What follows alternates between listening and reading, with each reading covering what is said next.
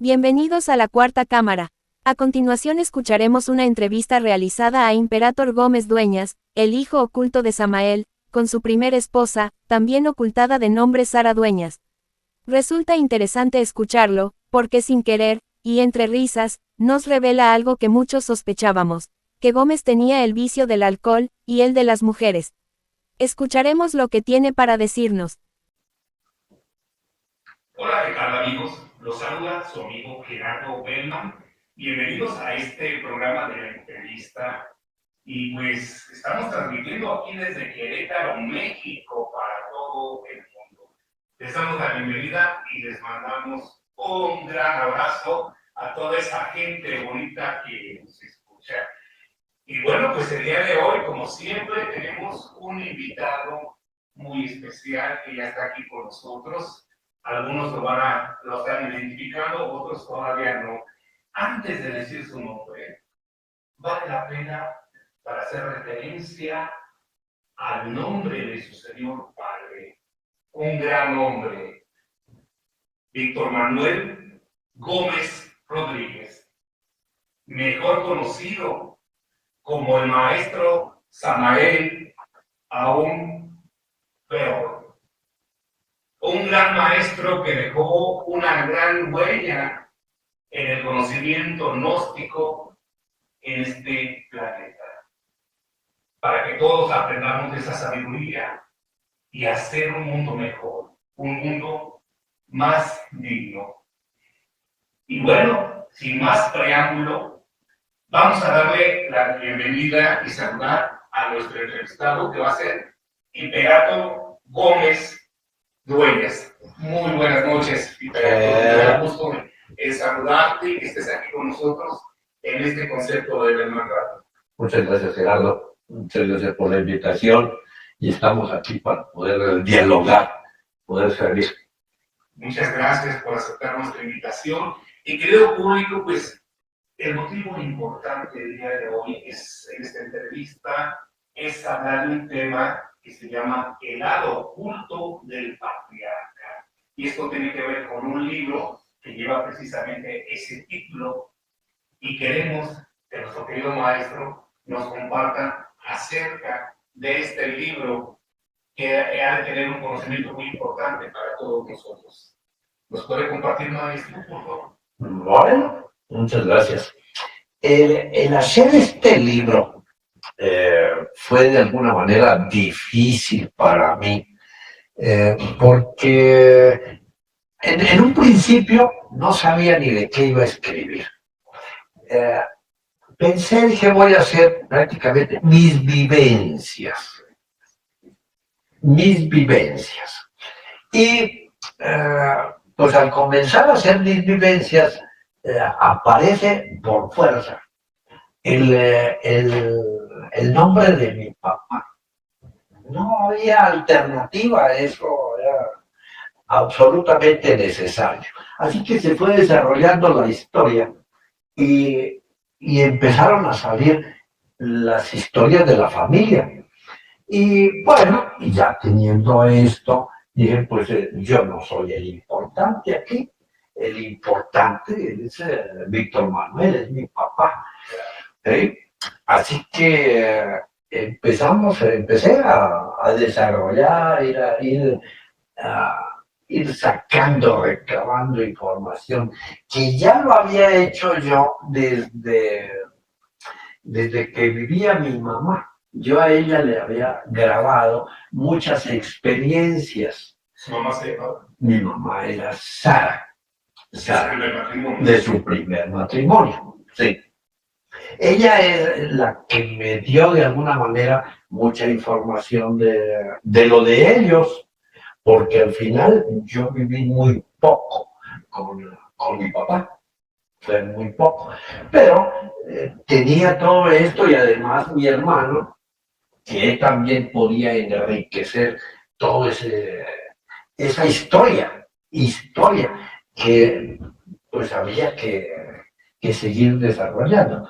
Así que fuimos avanzando, fuimos porque mi hermano comienza a apoyarme Y, ¿Y es tu hermano?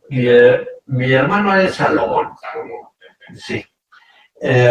Y vamos acomodando historias. Entonces, sacamos las grabaciones, sacamos documentos históricos. Claro. Porque decir soy hijo de Víctor Manuel no es, no es nada, no tiene chiste, ¿no? Claro. Pero si decimos aquí hay estos documentos con los que avalamos la historia, bueno, pues entonces ya se va mejorando, se va ampliando el conocimiento para la gente, para que tengan una... Para las nuevas generaciones. Para las nuevas generaciones, por supuesto. Entonces, bueno, y al final, después de que está todo escrito, obviamente viene por revisión ortográfica, por revisión de estilo, todas las revisiones para que salga el libro lo mejor posible. Pero ¿qué título le ponemos al libro? ¿No? Ahí era la parte más difícil. Así que pensamos en muchos nombres. Uno de ellos del infierno al cielo, ¿no? De humano a ángel, cosas de esas, los nombres, pero como que no cuadraba mucho y al final, después de muchos días, decidí ponerle el lado oculto del patriarca. Y, algo que no se conoce mucho. Que no se conoce. Como el inicio de su vida, a las situaciones en que se enfrentó de manera difícil, tuvo que empezar de la nada, tuvo que, como dicen, morder el polvo. Por supuesto. Para poder crecer y llegar a donde llegó. Por supuesto. Sí, el asunto es de que mucha gente cree que él nació ángel y murió como ángel. ¿No es así? No. Tuvo una vida de experiencias, de camino, de tropiezos, de dificultades, de lo que tuvo que aprender. ¿Nos puede compartir esa parte de su vida que tuvo que empezar casi de la nada? Sí. ¿Cómo fue recibiendo ese conocimiento, esas señales que lo hicieron ser un gran maestro como portador de un gran mensaje a la humanidad? Si es tan amable de compartir. Sí, pues él que nace en una familia pues, de clase media, de aquella época, los años 17 del siglo pasado. Su papá tenía dos joyerías que se llamaban El Grano de Oro. Y esto precisamente, esta aclaración de quién es su papá, quién es su familia, es importante porque inventaron luego, un grupo gnóstico de Colombia inventó que él era hijo de un expresidente de la República. Inventaron toda una historia que nada tiene que ver. Mi abuelo, pues era un individuo que se dedicaba al comercio de joyería y viajaba de Bogotá a lugares muy remotos en aquella época en que no había transporte de motor, de vehículos, sino que era por animales, por bestias. Entonces viajaba como comerciante muy lejos por allá y tardaba meses en regresar. Bueno, ese era el abuelo, un individuo moreno, no era negro, se habla de que era negro. No, era moreno, ¿no? Y un poco violento, un poco acostumbrado a la época, esas épocas duras y violentas, difíciles, porque, a ver, entre otras cosas, su papá de mi abuelo, mi bisabuelo, había sido general del ejército. De ahí ese carácter. Entonces, claro, la época de Piscis, ¿no? Aquella época que era de dictaduras, eran épocas difíciles, aunado con el carácter militar, pues era gente muy drástica, terriblemente drástica. Eso lo hacía un hombre intolerante, intolerante. Pero bueno, él se separa de mi abuela, y hace un nuevo matrimonio. Pero se teje allí una historia dramática de familia.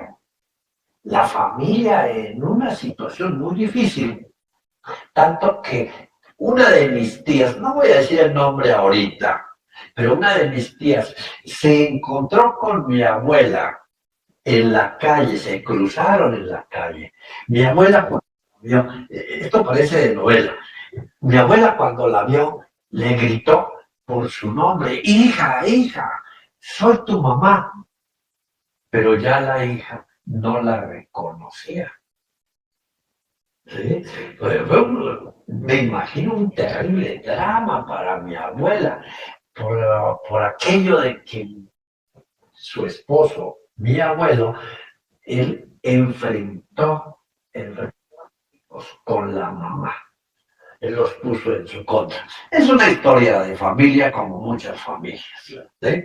Y bueno, entonces, mi papá, que tenía esos principios místicos, los traía ya, pues se dedicó a estudiar. ¿A qué edad empezó él con esos principios lógicos? Se habla que él estaba estudiando ya el rosacrucismo, el teosofismo, como a los 15, 16 años, comenzó a estudiar. Sí, sí, sí. Así que él a los 17 años se habla de que él ya daba conferencias esotéricas, ya reunía gente, tenía una energía muy fuerte, manejaba gente, tenía ciertas facultades. Tenía liderazgo, esa es la palabra. La gente se le acercaba.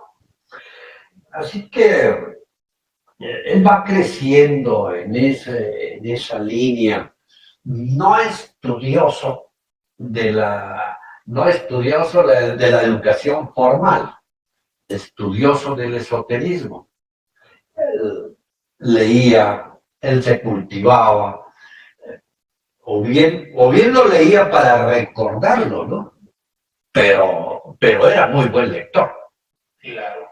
¿Recuerda usted a algún maestro que su padre haya conocido y que le haya inyectado, le haya motivado por ese gusto a este conocimiento, o fue de una manera personal, espontánea, o un maestro que ayudó a él? Bueno, en aquella época su maestro era Israel Rojas, era del rosacrucismo, pero él estuvo en la teosofía, estuvo en la masonería, estuvo en diferentes grupos, también en el espiritismo y todo aquello él era investigado. ¿En qué momento de todo este desarrollo de su vida en el conocimiento se da esa metamorfosis de ella, de esa personalidad que va emanando como el maestro Samael?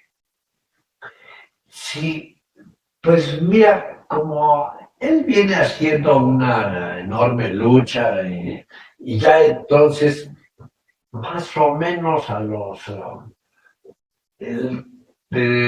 ya antes de casarte, ya te digo, daba esas conferencias, ya se casa en 1940 y ya comienza a dar conferencias, a viajar con mi mamá. Se casa con su primer matrimonio. En su primer matrimonio. Se casa y viaja con mi mamá por una gran parte de Colombia.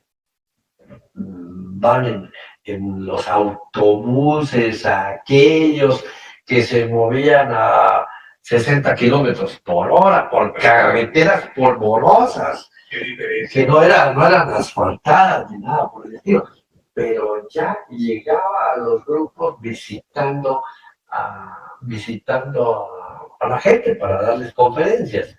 Poco a poco va creciendo hasta cuando ya después, en 1962, él se integra, recibe en él su ángel, ¿no? Parte divina, su espíritu divino, que es el nombre, ya en aquella época se le denominaba Beor, Beor nada más, el maestro Beor. Ajá. Y bueno, ya él tiene que trabajar mucho. Él tiene que hacer muchos esfuerzos para poder superar tantas cosas que la vida nos da, ¿no? Claro. Uh-huh. Qué interesante todo. Usted tenía como 14 años en ese tiempo. No, yo estaba muy joven, muy niño. A ver, ya para el año 60, tenía, para el 62, yo había nacido en el 46. 46 al 50, al 60 eran 14 y los 16 ya. 16 años. 16 años. Y a esos 16 años ya pues, empezaba usted por esa inquietud de vivir ese conocimiento que su papá estaba demandando. No, para mí fue muy difícil. Yo creo que ese tipo de situaciones que se vivieron en el hogar, yo no supe, no pude, no tenía conocimiento para poder así, ¿no? Para poderlo trascender. Total que yo me volví un individuo rebelde, muy rebelde. Entonces, a mí la enseñanza de mi papá, del maestro Samael, yo la empiezo a estudiar ya en 1977, 78. Es cuando yo comienzo. Mientras yo llevé una vida muy común, bastante común. Uh-huh. Su madre, ¿qué opinaba después ya de que estuvo divorciada? ¿Qué concepto compartía con ustedes acerca de su padre? Ella siempre nos manejó la mejor cara de mi papá. Jamás se expresó en forma desagradable. Como que nunca quiso que nos enfrentáramos con él, ¿no? Más bien, siempre decía, él jamás se enojó, él jamás nos golpeó, a ella decía, ella siempre me trató bien. A mi hermano alguna vez lo castigó con la corbata. Ese fue el castigo. Pero no era un hombre violento, no era un hombre de dificultad, no era nada por el estilo. Uh-huh. ¿Cómo era su comunicación de él con ustedes? En el momento de comer, en un momento de oración, en un momento de compartir conocimiento con ustedes. ¿Llegó a tener ese tipo de experiencias con su padre? Yo no. Yo realmente, yo quedé muy chico. Sin embargo, después cuando él regresó a casa, que yo tenía ya 7 años, él regresó. Y ya para eso, entonces sí, participamos con él como un año más o menos. Y él era agradable de buen trato.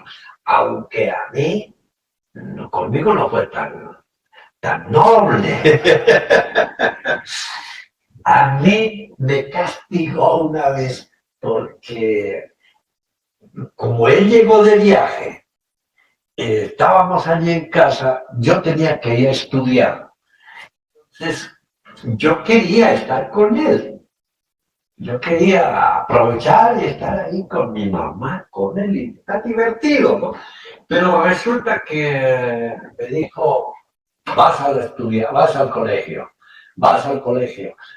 Y no hacía caso, a la tercera me cargó, me echó al hombro y me llevó al colegio. Así me entregó ahí con el maestro. Es lo más difícil que yo haya vivido con él.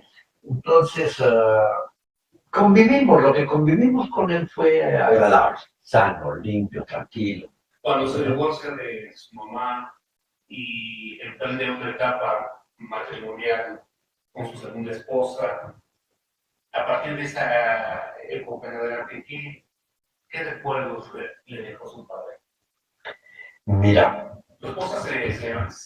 ¿Cuál es el nombre de su Sara. Sara. ¿La segunda esposa? No, la segunda es Arnolda. Se le denomina como litelantes, pero Arnolda en el mundo físico. Mira, en Colombia no existía el matrimonio civil, solo existía el matrimonio católico. El matrimonio católico era totalmente válido ante las leyes.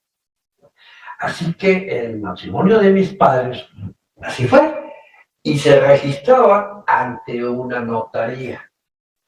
Por lo tanto, no había divorcio. No había divorcio. Así que él ni modo, cuando tuvo la oportunidad de separarse de mi mamá, tuvo que ser así, en forma tajante. No, ni siquiera notario. Nada, por su propia cuenta de riesgo. Sí, totalmente. Él se separó, le dijo a mi mamá y adiós y adiós. Así fue el asunto. Total de que él comenzó una nueva vida con Arnolda. Arnolda la encontró exactamente donde yo nací. Así que en Armenia, Quindío. En Armenia, Quindío, Colombia. Uh-huh. Yo estaba naciendo y él ya estaba en su romance. En su romance. En el caso de su segunda esposa, Arnolda, pienso que su actitud de ella tuvo un efecto catalizador en el desenvolvimiento de la vida de su padre, en ese segundo matrimonio, ¿no es así? Bueno, ella de alguna manera ya tenía ciertos conocimientos de cuestiones esotéricas y manejaba el aspecto Ginas. Ella no sabía leer ni escribir, pero tenía conocimiento. Él la buscó básicamente, eso es un atrevimiento de mi parte, únicamente por el conocimiento, aprender de ella, ¿no? Pero era una de las cosas que él buscaba, ¿no? Aprender. Y sí, definitivamente él aprendió algunas cosas de ella. Y ella fue en su rigidez y en su dureza con él, pues de alguna manera lo ayudó a que se ordenara un tanto. ¿Por qué? Esto sí lo digo públicamente aquí en tu cámara. Porque él era bebedor. Él era un hombre como el común, con ciertas facultades. Claro. Pero él hacía una vida común, con el propósito. Él quería salirse de esa vida y luchaba contra eso, contra su vicio del alcohol. Entonces podemos entender que esa lucha entre el gusto por el alcohol, por decirlo así, esa lucha por encontrar la congruencia entre su vida normal y su vida dentro del conocimiento gnóstico, yo pienso que fue un gran reto para él. Fue un reto, por supuesto. Claro, fue muy difícil. El vicio del alcohol y el vicio de mujeres. Era muy romántico, Estamos hablando del lado oculto del patriarca, el maestro Samael. Sí. Las grandes personas tienen que empezar desde abajo y enfrentan muchas situaciones, vicios, adicciones, pero al final de cuentas logran dar ese salto cuántico que él logró y entonces hacen un gran eco de todo ese conocimiento que él recabó y compartió con toda la humanidad. Claro. Pero compártanos un poquito más esa lucha de su padre por encontrar la congruencia entre el ser humano y el maestro, el líder que estaba haciendo ya, y no solamente en un país, no en México, sino a nivel mundial.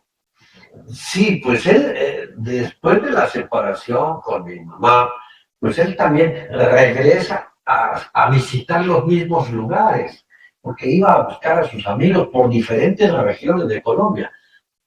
Y él dando conferencias. Pero al final, encontró pues en Ciénaga, en Colombia, en la costa atlántica, encontró a un individuo que se convirtió él en su compadre, a Julio Medina Vizcaíno, un individuo importante dentro del esoterismo gnóstico. Él fue un fuerte colaborador. Fue un individuo que se esforzó y entregó su capital, su vida, en aras de que la gnosis creciera. La parte importante con él, y a lo que me gusta quisiera referirme, es de que este señor Julio Medina, cuando escuchaba a Víctor Manuel hablarle de esoterismo, hablarle del matrimonio perfecto, hablarle de la transmutación sexual, hablarle de tantas cosas, pues claro, lo dejaba impactado. Y decía, esto es una maravilla. Pero Víctor Manuel todavía tenía sus vicios y costumbres. Entonces, entre que le creía y no le creía, porque pues lo que decía, lo que decía en palabras, lo que hacía en palabras, lo borraba con hechos. Así que a él se le dificultó. Sin embargo, se mantuvo fiel durante el resto de la vida, fiel a Víctor Manuel. Sí. Fue lograr una transmutación, una metamorfosis poco a poco. Poco a poco. De sumisión, la congruencia de sumisión con sus propias actitudes. Así es.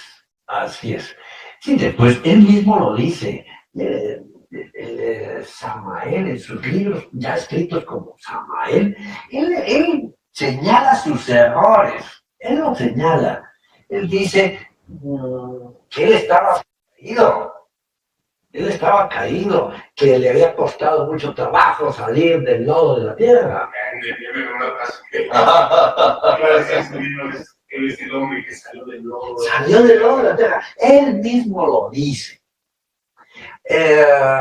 Él dice también, cuenta parte de la historia de lo que se vivió con mi mamá, partecitas, pero pues dejaba entrever que había hecho algunas otras cosas. Sí. Claro que sí. Pues, querido público, ¿cómo se sienten ustedes? La verdad, yo estoy muy a gusto remontando todas estas experiencias que el hijo del maestro Samael nos está comentando de su vida, ese lado oculto del patriarca. Vamos a ir a un corte musical, si le parece bien. Me parece bien. Regresamos a su programa de la entrevista con Gerardo Bellman.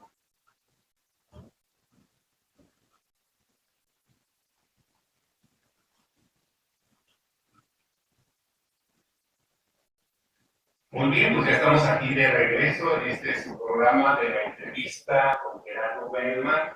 Y bueno, pues estoy muy contento porque una vez más tenemos a un invitado muy especial. Él es Imperator Gómez Dueñas, es uno de los hijos de nuestro querido maestro Samael.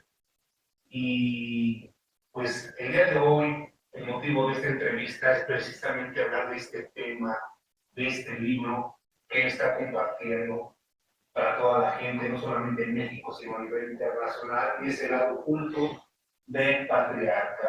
Este es un libro que escribió usted. Cuéntenos, ¿dónde pueden conseguirlo las personas que aún no lo tienen? Bueno, hay dos maneras. Por medio de su libro electrónico, lo pueden bajar de internet, o en papel en Editorial Marte, que es nuestra editorial. Hacemos aquí los libros en Querétaro, en México. El de papel es únicamente para México. A otros países está muy difícil enviarlos, muy caro y los servicios no son muy buenos. Entonces, yo les recomiendo que en otros países lo descarguen de internet, ¿sí? Solamente les va a costar $10. Y aquí en México me lo pueden pedir, nosotros se lo mandamos por correo, se lo mandamos por paquetería, por camión, cualquier cosa, pero es más sencillo. Claro. Imperator, me gustaría que compartieras 3 razones que te motivaron junto con tu hermano a hacer este libro. Si eres tan amable. Bien, una de las razones más importantes es aclarar muchas historias falsas que se tejieron alrededor de la vida de mi papá. Hay muchas cosas que no lo son. Entonces, como que le pusieron milagros y le quitaron verdades, ¿no? Realidades. Y aquí con esto dejamos a un Víctor Manuel, a un individuo que lucha por superarse.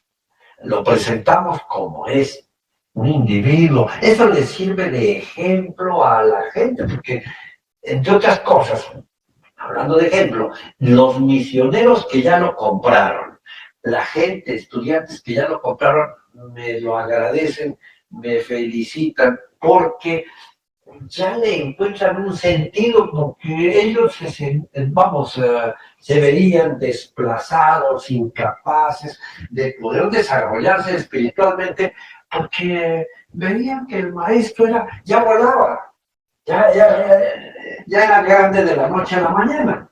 No, y con esto dicen, entonces sí puedo lograrlo. Si él lo logró, yo poniéndole todo mi esfuerzo y toda mi voluntad, ¿lo puedo hacer? Claro que lo puede hacer. Esa es una de las principales razones. Bueno, aquí van dos. Una la de aclarar las cosas y dejarlas como son. La otra, de que la gente vea, se estimule para seguir adelante. Y la tercera, que si no lo hacemos nosotros, se queda una historia falsa de un personaje importante en la vida de esta humanidad. Queda una historia falsa, queda una historia trunca. La gente se va a llevar recuerdos falsos. Y nosotros ya estamos grandecitos. Mi hermano tiene 76 años, yo tengo 72. A cualquier momento dejamos este cuerpo. Y bueno, queda para que la historia sea completa. Claro, podemos entender que el maestro Samael fue un hombre que fue alumno y fue maestro, y que dejó una huella en todo el mundo, no solamente como hombre, sino como maestro, que fue una misión que él no eligió, sino que lo pusieron a él en esa oportunidad, en esa misión para poder llegar a miles de personas. Sí, así es. De alguna manera las personas a veces no se autoeligen, sino que son elegidos. Y a veces son elegidos los que menos crees. Porque dices, ¿cómo es posible que sacan a este individuo de tantos vicios y ahora de la noche a la mañana resulta ser una maravilla?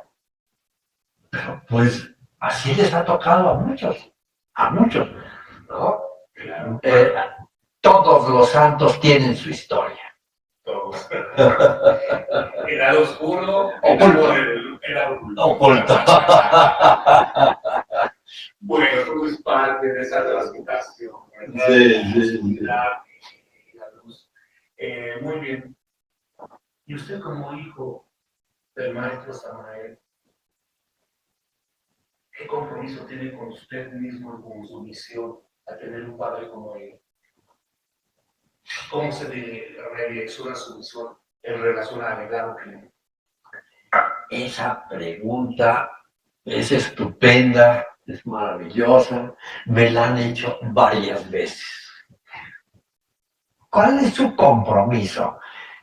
Yo tengo que ser muy sincero, muy sincero. Yo no tengo compromiso con mi papá. No tengo compromiso con nadie. Tengo compromiso conmigo mismo.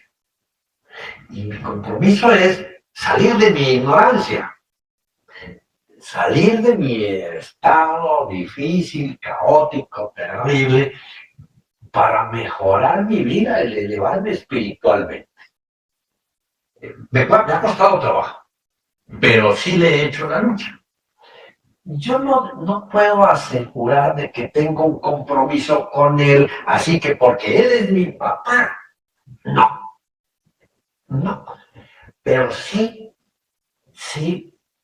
cuando yo me preparo, cuando yo estoy estudiando todo esto, cuando yo estoy haciendo mi mejor esfuerzo para mí, veo que la otra gente también está haciendo esfuerzos y que si juntamos esfuerzos, hacemos cosas mejores. ¿Por qué lo digo? Porque la gente del movimiento gnóstico creado por Víctor Manuel Gómez, por el maestro Samael, han estudiado mucho, se han preparado mucho, tienen mucha literatura, tienen mucho conocimiento, pero también de todo ese conocimiento les falta práctica, les falta vivirlo. Exacto, porque mucha gente se llena de conocimiento. Sí. Pero no lo vive. No lo vive. ¿Qué te sirve? Es como si usted nos invitara a su casa y nos enseña cientos de libros de su papá o de alguien más y los ha leído, Así pero es. no los está viviendo. Así es. Sí, hay gente que tiene la colección completa y le dicen, es que yo tengo todos los libros. Maravilloso que los tenga. Pero en la vida práctica, ¿cómo estás viviendo? Ahí está el asunto. Entonces, mucha gente que tiene este conocimiento anda en dificultades, en conflictos de discusiones, de peleas, de que tiene que ser, de que por qué se hizo, de que... Y eso se han dividido las instituciones. Entonces, ya con este conocimiento, de alguna manera, de todo lo que yo me he esforzado por aprender, me doy cuenta de que el conocimiento es para aprender a convivir, a relacionarnos, para hacer una vida rica, amena, agradable, para compartir con todos, para mejorar nuestro mundo, para atender a las plantas y a los animales, para que seamos congruentes con todo lo que nos da.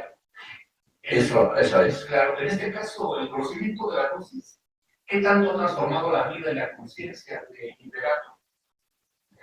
Me ha ayudado mucho. Después de muchos errores, por supuesto. Yo no he sido santo.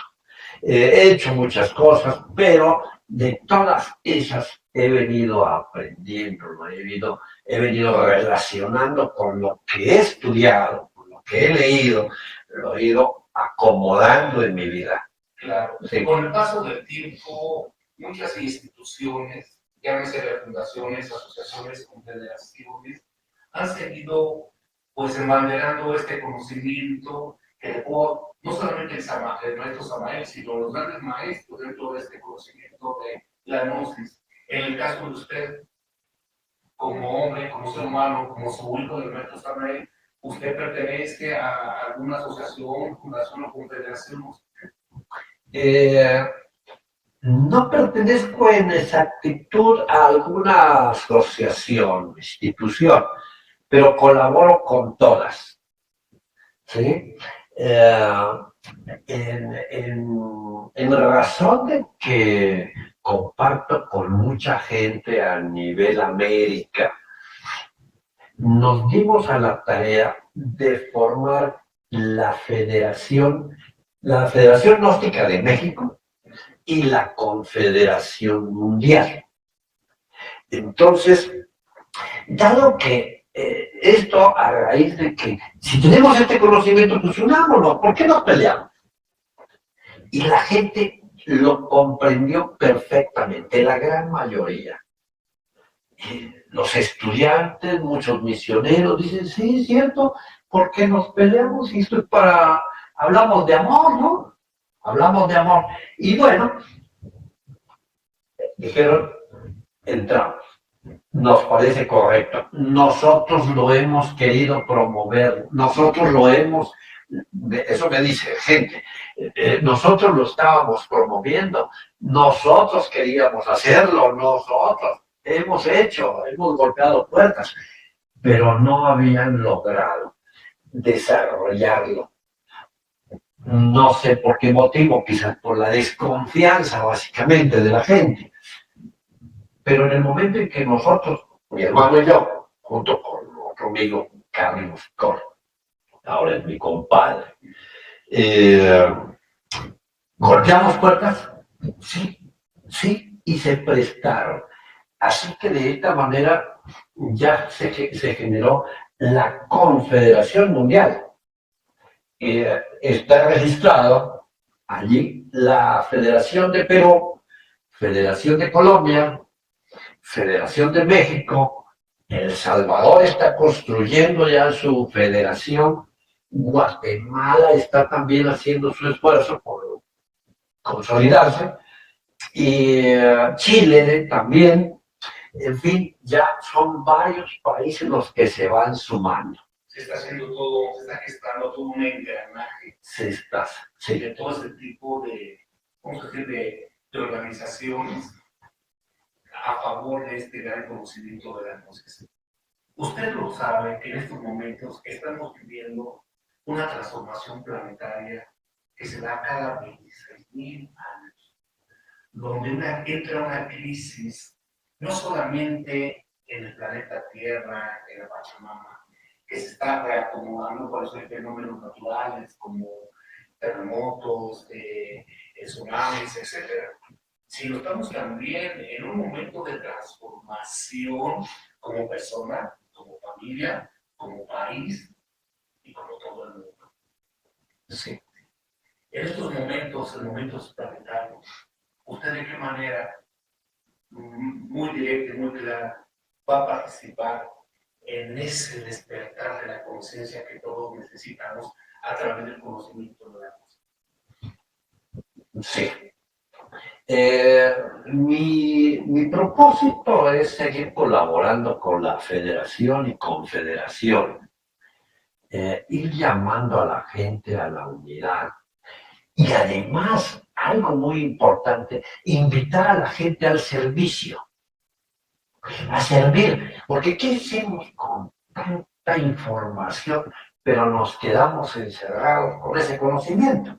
Para nosotros. No, tenemos que desarrollar otros campos. Y ese es mi interés de alguna manera para mí, como persona, desarrollar eso, aprender a servir más e invitar a la gente también a eso. Claro, dentro de las inquietudes que hay en todos los medios, en el medio científico, en el medio esotérico, espiritual, se está gestando ya desde hace años una fusión entre la ciencia y la espiritualidad. Y en hablar de espiritualidad no estamos hablando de religiones, propiamente, sino ese gran conocimiento que han dejado nuestros ancestros, ese conocimiento que beneficia no a unos cuantos, sino a pobres, a ricos, a todos. ¿Qué opina usted de esa fusión que se está dando? Para mí se me hace muy importante, donde científicos, médicos, toda esa inteligencia de la ciencia entiende que es importante retomar ese conocimiento que siempre ha existido. Sí, definitivamente cada vez nos damos cuenta, nos informamos de que se han descubierto, la ciencia ha comprobado algunas cosas de lo que habla el esoterismo, que ya venía desde hace mucho tiempo, poco a poco la ciencia irnos diciendo muchas cosas, ¿no? Eso es importante y eso vale la pena invitar a los estudiantes gnósticos, a la gran mayoría de la humanidad, a que lo veamos el conocimiento mucho más integral. Dentro de los esoteristas gnósticos o el estudiantado gnóstico, a veces se aísla. O la yo diría que la gran mayoría se aísla. Dicen, yo nada más quiero escuchar la palabra del maestro, nada más. Y se inhiben de dar un paso para encontrar algo más. Es que no nomás es escucharla, Ajá, vivirla, por supuesto. Y poder realizar un cambio. Así es. Sabemos en esto de los momentos de cambios planetarios que hay una crisis de valores, una crisis por encontrar nuevos gobernantes, una crisis por buscar la paz, el amor. Las religiones han entrado en contradicciones, muchas de ellas. También en el ambiente gnóstico ha habido un buen manejo y un mal manejo de este tipo de conocimiento por la gente que lo maneja. En pocas palabras, está de por medio el lucro. Sí. Se está confundiendo y se está dando la espiritualidad, pero con fines de lucro, de dinero, de mercadotecnia. Y eso no nos enseñan nuestros grandes maestros. Nos dan ese conocimiento y para darnos los unos a los otros, pero no para llenarnos de egos ni para hacer más dinero. Y desafortunadamente, el hombre se ha vuelto en eso. ¿Qué opinas de esto? Definitivamente. Lamentablemente el asunto está en que ciertos líderes se dedican a fanatizar a su gente. Las fanatizan. Fanatizando a las personas, la gente cierra sus ojos y se deja llevar por su guía. Terrible. Y se dedican, está dedicada a algunas instituciones, más a la construcción de edificios que al aspecto espiritual. Ya dice uno, oye, sí, hicieron el edificio tal, o el templo tal, o hicieron aquellas y obras, pero están en pugna, están separados, están mintiendo con una serie de argumentos falsos, con el propósito de mantener cautivas a las personas. Eso es parte difícil. Que vienen siendo verdades a medias. Verdades a medias. Si son verdades a medias, son mentiras. Y es lo que tenemos que cuidar mucho. Que la religión más importante se llama amor. Y si dentro de los conocimientos que han dado nuestros ancestros están concentrados en eso que le llamamos gnosis, igual, hay que promoverla, hay que escucharla, hay que vivirla, fuera de cualquier interés de lucro o de liderazgo. Claro, efectivamente. De ahí, de alguna manera, te he contado parte de mi historia, te digo, yo estoy en aprendizaje, yo estoy buscándole, porque no quiero convertirme en el líder de gente que se conviertan en mis seguidores. No, sino que me vean como un ser común. Claro. Para que ellos, cada quien, vaya construyendo su propia vida. Porque ya hemos visto con ejemplos de que se generan algunos líderes y unos muy difíciles, otros muy sanos también, hay gente sana. Los líderes que dividen no son buenos líderes. Los líderes que nos ayudan a sumar e integrarnos, a crear un cuerpo de fuerza, pero no una fuerza a nivel de intereses económicos o políticos, sino un grupo cada vez más humano a favor del bienestar mundial. Eso es lo que necesitamos. ¿No crees? Definitivamente, te voy a contar. Hubo un líder que me dijo, nosotros somos tal institución y nuestra energía no la vamos a juntar con energías de otros. Me pareció bastante equivocada esa apreciación. ¿Cómo que no juntamos nuestras energías con otros? Sin lo contrario, tenemos que unirnos. Eso es lo que tenemos que hacer, no para hacerlo exactamente lo mismo, no, sino para tener una relación amistosa, fraternal, para construir algo en beneficio de la humanidad. Así es. Y sobre las cosas que tienen que entender muchas personas. Por eso que yo publico a través de Bellman, Radio Multimedia, la estación holística de México. Tenemos a invitados como nuestro querido maestro Imperator, que está contribuyendo al despertar de la conciencia, no solamente en México, sino todo el mundo, porque solamente de esta manera vamos a poder hacer un mundo mejor, el cual seamos dignos de. Pero para eso hay que dejar a un lado nuestros egos, nuestras diferencias, para poder trascender. Maestro, ¿qué opina usted de esta estación de Bellman Radio que tiene el propósito de despertar la conciencia al mayor número de personas que lleguen a su casa, a su hogar, a través de la plataforma de Bellman Radio o de las redes sociales como Facebook o YouTube? Maravilloso trabajo el que estás haciendo, porque es eso que haces es para tú estás mandando el mensaje a la humanidad para que nos unamos en una sola, en una idea de lo que es servicio, ayuda, beneficio, comunidad en general, humanidad. Maravilloso trabajo. Y ojalá que dure mucho tiempo tu esfuerzo, que se mantenga firme y seguir adelante. La participación de muchas personas aquí en este espacio es maravilloso, porque cada persona dice algo que le va a llegar a alguien, el mensaje adecuado para alguien y que sea un mensaje constructivo. Así es. Querido, agradezco mucho su cálido mensaje y público quiero decirles que este concepto de comunicación de Bellman Radio, la cabeza no soy yo, la cabeza son nuestros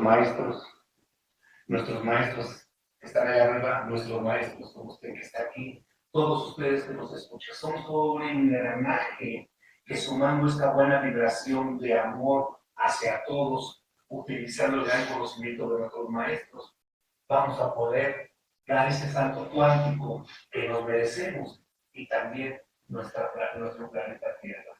Y así como el planeta Tierra, la Pachamama, se está acomodando y también los sistemas políticos y sociales, ustedes también tienen la oportunidad de reacomodar su vida utilizando el amor, el perdón, la congruencia entre lo que decimos y lo que hacemos.